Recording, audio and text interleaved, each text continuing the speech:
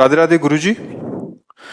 गुरुजी, मेरा दिमाग सारा दिन डिप्रेशन में रहता है। महाराज जी, एक मोह से ग्रसित प्रश्न है, ऐसा इन्होंने लिखा है। महाराज जी, मेरी शादी नहीं हुई। महाराज जी, पता नहीं मैं कैसे एक पुरुष के शरीर की आसक्ति में फंस गई। उसकी अभी शादी हो गई, मैं उससे बाहर नहीं निकल पा रही। तुम क्या, पूरा संसार इसी में फंसा हुआ है। पूरा संसार।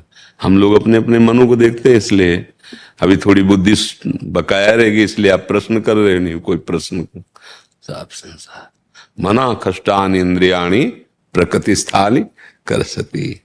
कोई गुरु कृपा पात्र ही दिशा पलट पाता है, नहीं तो प्राय इंद्रियां बहिर्मुख होकर विषयों में सुख खोजने की दौड़ भाग लगाए हुए पापाचरण बनता जाता है। तो डिप्रेशन क्या है? अधिक पाप हो जाना। अधिक पाप हो रहे हैं शरीर से, मन से, चिंतन से। अब उसको जो खुराक चाहिए आनंद, वो मिल नहीं रही, भोगों में तो है नहीं। वो तो आनंद समुद्र आत्मचिंतन या भगवत चिंतन में, वो किसी को पकड़ में नहीं आ रहा। उसको तो प्रगट भोग चाहिए। अब वो मलिन होता चला जा रहा। संकल्प विकल्प इतना कमजोर हो गया कि अब सोच खत्म। कल्पना से भय लग रहा है, नाना प्रकार की भयावह कल्पनाएं हृदय में उठ रहे हैं। डिप्रेशन का मतलब क्या है? सही निर्णय मशीन करना बंद कर दिया है। बुद्धि, मन, चित्त, अहंग, ये चार हैं अंतःकरण में। बुद्धि निर्णय करना, संकल्प विकल्प मन, चिंतन चित्त, और स्वीकृति क्रियाओं की, भोक्ता भाव की, आम में सब गड़बड़ हो रहा है। इसीलिए सबसे प्रार्थना करते हैं कि भगवत प्राप्ति, ब्रह्मबोध, मोक्ष छोड़ो, जीने के लिए नाम जप कर लो।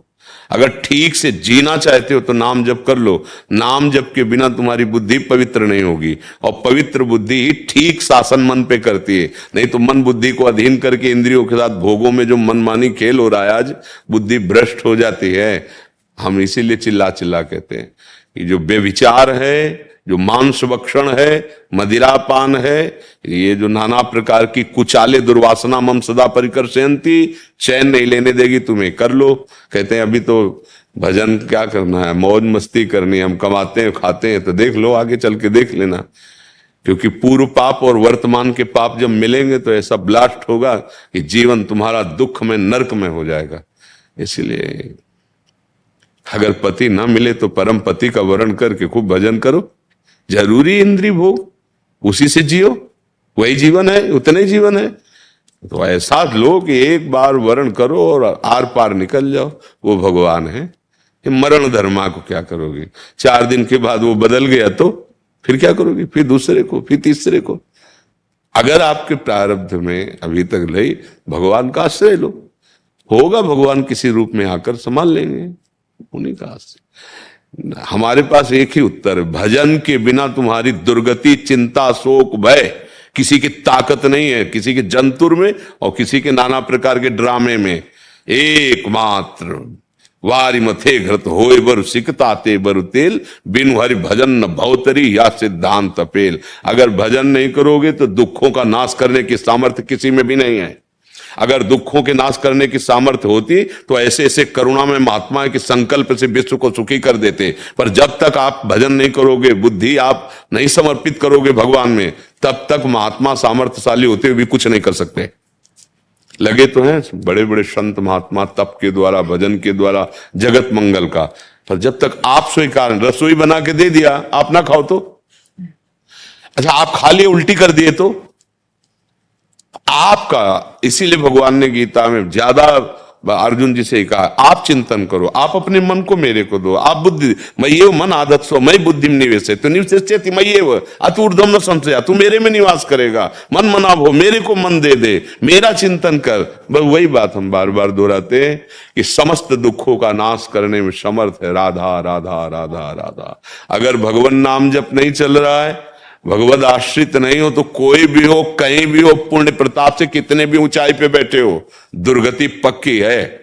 क्योंकि तुम्हारा मन अपनी मनमानी करेगा। बोले बड़े लोगों की पार्टी हो रही, क्या मदिरापान, व्यभिचार, जितने गंदी बातें ना, बोले तो बड़ी पार्टी है। तो बड़े लोगों को सुधारने के लिए बड़ा डिपार्टमेंट है, यमराज, नर्क और यमदूत। वो बड़ी पार्टी आएगी आपका स्वागत करने के लिए। किसी की ताकत नहीं त्रिभुवन में, तुम्हारा रुपया पैसा पद अधिकार कोई भी घोष नहीं चलेगी। और वो देह मिलेगी जिसमें मरोगे नहीं। ये देह तो मर भी जाती है, वो यातना देह मृत्यु को प्राप्त नहीं होती। चाहे आग में डाल दिया गया तो जितने वर्ष भुनना भुनते रहोगे, मरोगे नहीं। बचो, नरक की यंत्रणाओं से बचने के लिए हरिनाम गरज रहा है। भगवान नाम जप करो, भगवान नाम कीर्तन करो, ये गंदी बातें मत करो। शराब पीना, व्यभिचार करना, मांस खाना, चोरी करना, हिंसा करना, ये दुर्गति मिटाने के लिए मनुष्य शरीर मिला है, दुर्गति बढ़ाने के लिए नहीं।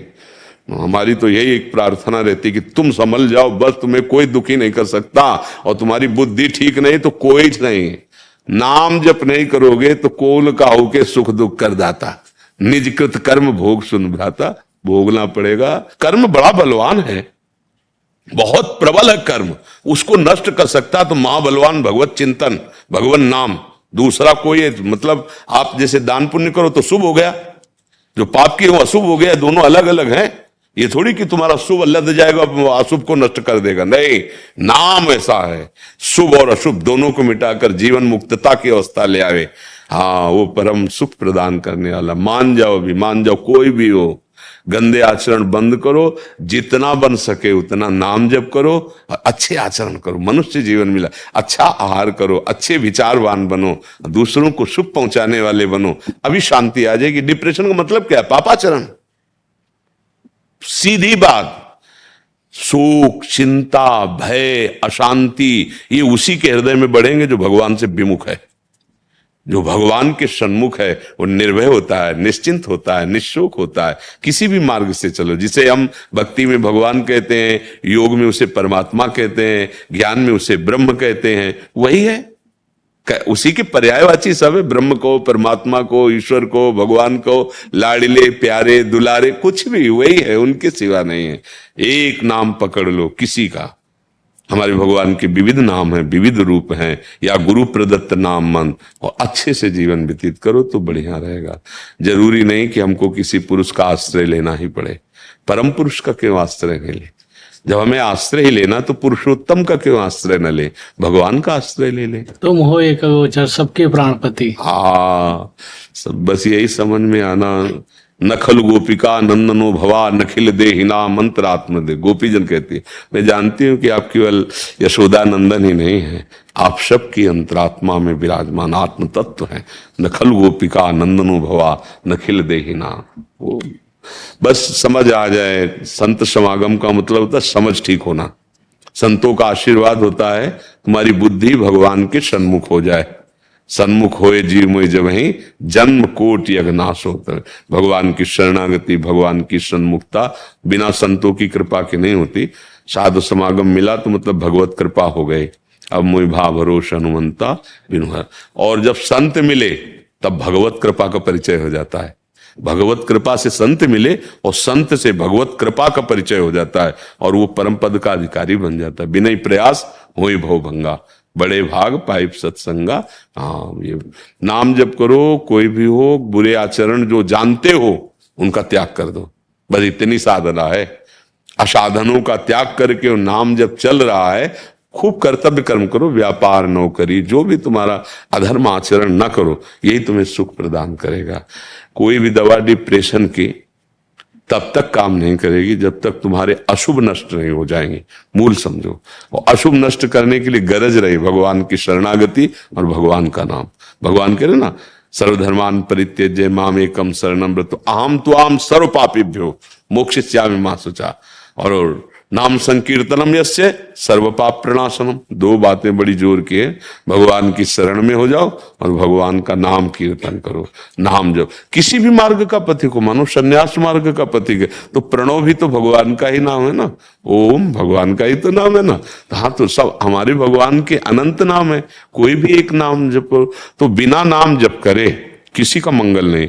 जैसे देखो नारायण नारायण कितने सन्यासी, स्वामी जी ओम नमो नारायण तो बोले नारायण नारायण, बिना नाम के नहीं। इतने बड़े परम सन्यासी अवधूत स्थिति में श्री सनक सनंदन सनातन सनत कुमार जी रहते दिगंबर, और हरिशरणम हरिशरणम हरिशरणम